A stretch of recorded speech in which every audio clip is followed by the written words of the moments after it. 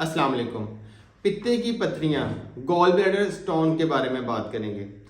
Gall bladder stone क्यों बनते हैं, इसकी कॉजेज़ क्या होती हैं, क्या सिम्टम्स हैं गॉल ब्लैडर स्टोन के। सबसे पहले मैं आपको एक बात बताऊं, जो गॉल ब्लैडर पित्ते की पथरियाँ होती हैं, हर पित्ते की पथरी का जो मरीज़ होता है उसको सर्जरी की ज़रूरत नहीं होती।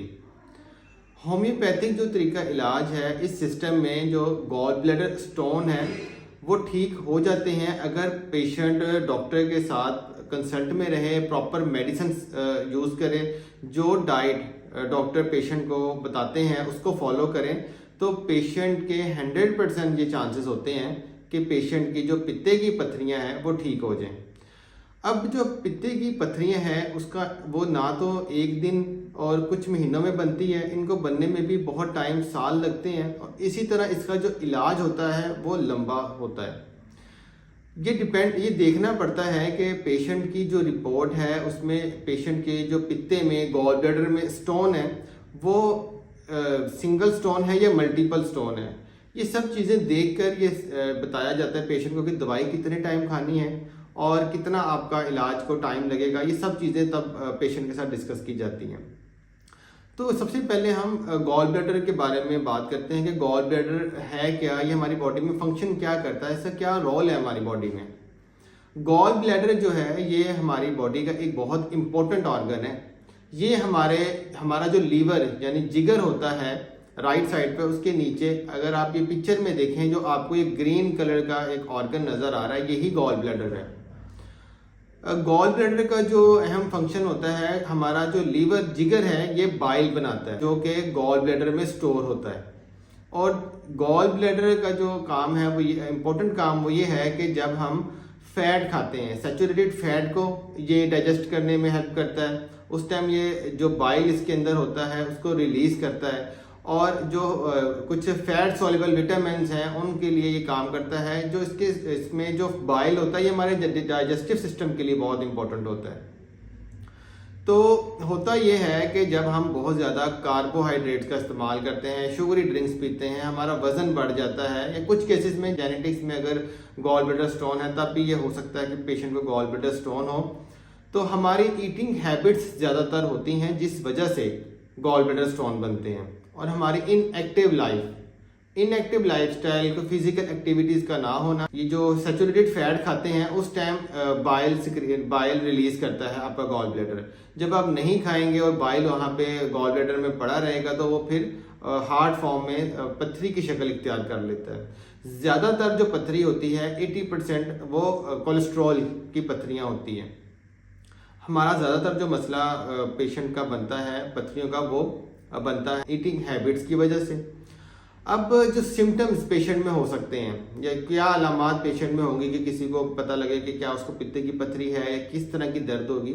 पित्ते की पथरी का जो दर्द होता है, आप ये पिक्चर में देखें पेन, पित्ते की पथरी का जो दर्द है ये राइट साइड पे रिब्स के करीब कह लें आप, जहाँ पे रिब्स खत्म होती हैं यहाँ पे ये पेन होता है, और ये शार्प पेन होता है, पीछे की तरफ जा सकता है, दोनों शोल्डर के दरमियान ये दर्द हो सकती है। और ये ज़्यादातर जो दर्द होती है राइट शोल्डर में होती है नर्व्स की वजह से। तो इसका जो दर्द है बहुत शदीद होता है, और इसमें नोजिया, वॉमिटिंग का होना, ये सिम्टम्स भी पेशेंट को हो सकते हैं।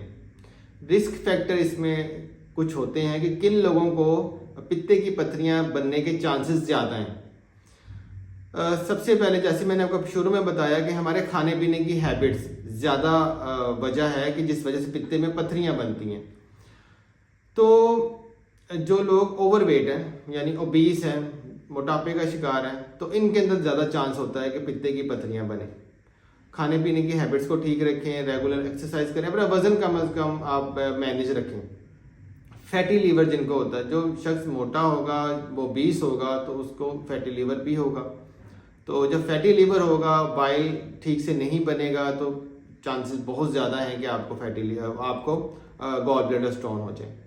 इसके अलावा शुगर के पेशेंट्स को ये हो सकता रिस्क रहता है कि गॉल ब्लैडर स्टोन होने के। ख़वातीन, फीमेल्स को ज़्यादा ये होते हैं गॉल ब्लैडर स्टोन मर्दों की निस्बत, ठीक है।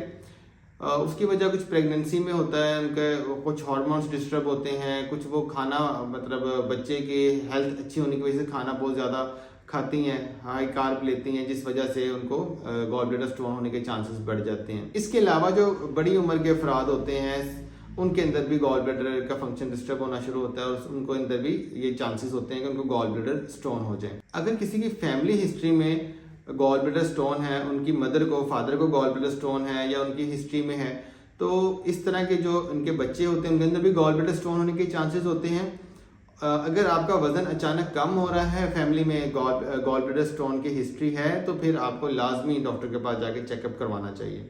वजन ज्यादा होना या अचानक से कम होना भी गॉल ब्लैडर स्टोन की तरफ सिम्टम है कि आपको गॉल ब्लैडर स्टोन हो सकता है। तो ये जो हमारा ऑर्गन है एक इम्पोर्टेंट ऑर्गन है, इसको रिमूव करवाने से पहले आपको अपना डॉक्टर के अपने पास जाना चाहिए और इसका होम्योपैथिक आप इलाज करवाएं। उसमें आपको अच्छे रिजल्ट ज़रूर मिलेंगे अगर आप अपनी मेडिसिन टाइम से लेते हैं और डॉक्टर की हिदायत को फॉलो करते हैं। इसका एक टेस्ट है जिससे आप ये पता लगा सकते हैं कि आपके पित्ते में पत्थरियां हैं या नहीं। एक सिंपल टेस्ट है। अगर आपको ये अलामात हैं, किसी तरह के सिम्टम्स हैं, पेन रहती है, कॉन्स्टिपेशन है रहती है, या गैस का मसला रहता है, खाना हजम नहीं होता, डायरिया हो जाता है, अब आप एक सिंपल अल्ट्रासाउंड टेस्ट अगर करवा लेते हैं तो उसमें ये पता लग जाता है कि आपके पित्ते में पत्थरियां हैं या नहीं है। एक सिंपल अल्ट्रासाउंड टेस्ट आप करवा लें जिससे आपको ये पता लग सकता है।